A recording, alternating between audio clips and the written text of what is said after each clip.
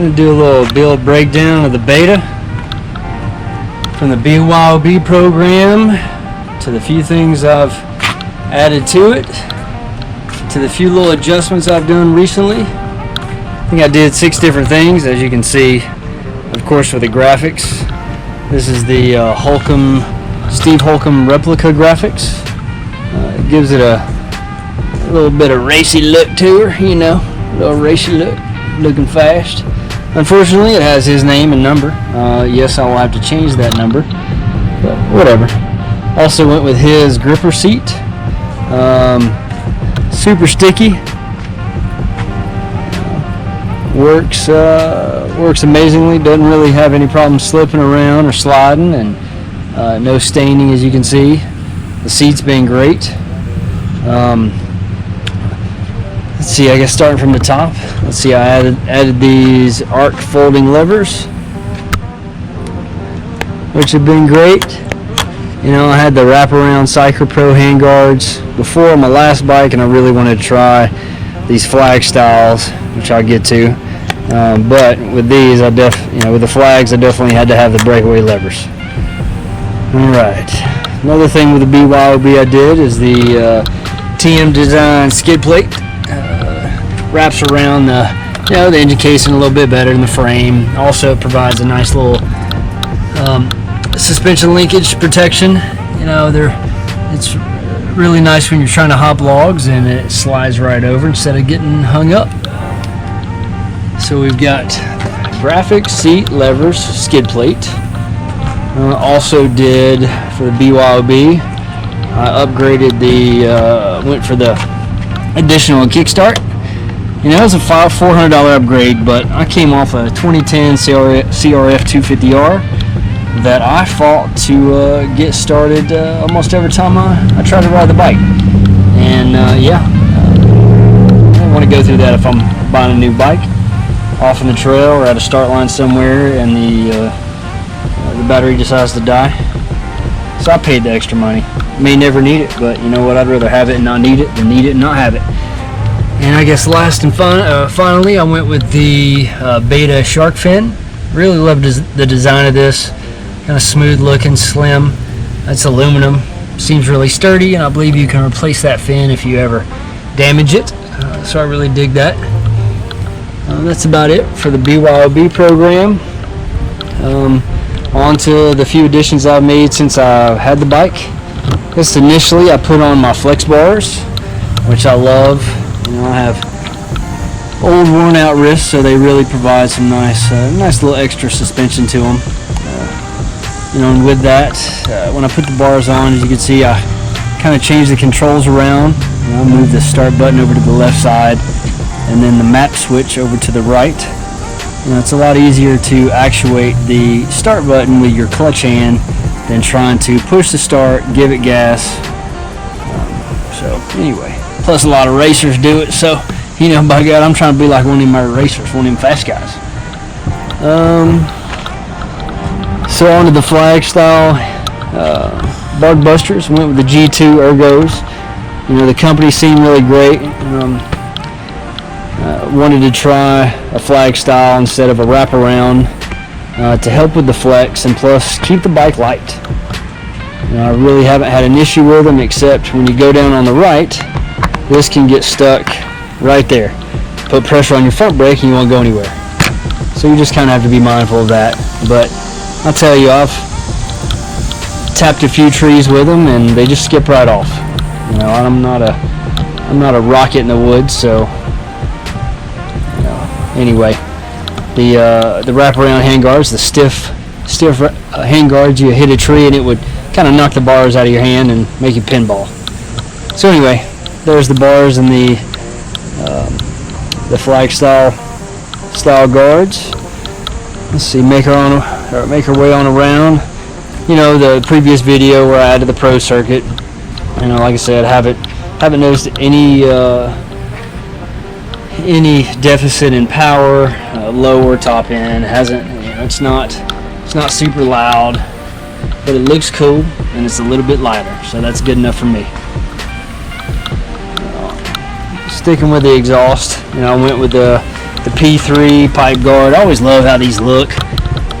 Yeah, it protects it some, and I understand you can have corrosion or whatever rubbing off the finish underneath, but I don't really care. It does a good job protecting it, keeping it pretty, keeping it nice and clean. Yeah, I've gone down a couple times on the right side, just slow speed layovers caused a few scratches, but it's a protector. That's what it's supposed to do. Alright, another thing I added was the Cyclops 7,000 lumen bulb. You know, if I have a bike with a headlight on it, I sure as heck want to see that sucker when I'm riding. And I want to do some night riding and maybe some 8-hour races or whatever, where you race at night. It'd just be a nice addition. The light is super bright even during the day. You can see it helps light the trail in the daytime. It's pretty serious. Don't stare at it too long, you'll see spots. Let's see, one of the most recent additions, which I just put on this morning, is the adapter plate for the freaking chopstick. Yep, the videos you see are correct. The tip of this kickstand is like a chopstick. If you put it in dirt that is soft, the bike will fall over, guaranteed. So we'll see how this baby does. It was a pretty easy install. I mean, it's a drill, then tap the hole, then put the plate on. I mean, it may have taken me 30 minutes. So hopefully that will be an exciting upgrade. Let's see, on to some of the settings I've changed. I have not messed with the carb as far as jets are concerned. I did have to lower my float level. It took me a couple tries, but it wasn't very difficult. I've never really done that before. Just kind of look at the manual and figure it out. I didn't unplugged one of the sensors and then unscrewed it, left the throttle cable attached and just pulled it right out that little hole and adjusted it, put it back on. If you don't have to take everything off, why take everything off? That was just the bowl was overflowing. So, but she's fixed now. Let's see, suspension. I have been messing with suspension quite a bit recently. I have gone up a total of, let's say, 8 clicks on compression for the front. I've gone up a half a turn for the preload adjustment, increased I guess. Then I've also increased the speed 2 clicks on the rebound up front. On the rear, I've gone up 8 clicks on slow speed compression, 4 clicks on high speed compression, and 2 clicks for faster rebound. And it really settled the bike in fast braking bumps. She's not a pogo stick or a seesaw anymore. She kind of bucked you a little bit before, really wallowy, but she stays up in the stroke now really well. Something else I did the last ride was turn this little crap, I always forget the name of that screw. You know what I'm talking about, that one right there, that black one. I turned it a half a turn, and boy, she woke up. I mean, eighth of a throttle now, and she's a screaming demon, son. Really woke the bike up. Couldn't imagine going out another half turn or 2 turns or making it flush. But yeah, she's 1,000 smiles a minute, boys and girls. I'd buy this bike 10 times over. Absolutely worth every single penny. Worth saving those extra few months to get this bike. I guess some future upgrades. Probably looking into some sort of suspension upgrade, whether it's LT racing, revalving, or I don't know, finding a rebuilt factory suspension. I've seen Beta website has quite a few options now with factory rebuilds with some used suspension, maybe Öhlins rear, I don't know. Just we'll research heavily and hopefully not make a bad decision and waste a ton of money. but I've got about 17 hours on her now. She has been absolutely amazing. Absolutely amazing. Works every time, works good, lasts long, you know. Let's see, something else I want to get. I want to get some radiator guards. I really love the Unibiker, very cost effective.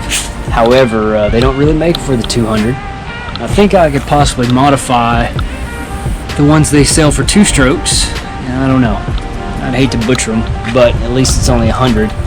And you get radiator bracing and guards, unlike some others for 200 bucks, where it's just guards. Yep, she has been amazing. Like I said, about 17 hours on this back tire. You know, I really, they're pretty apprehensive on the whole FIM rules with the tiny baby treads. But this Michelin Enduro, it's lasting really well.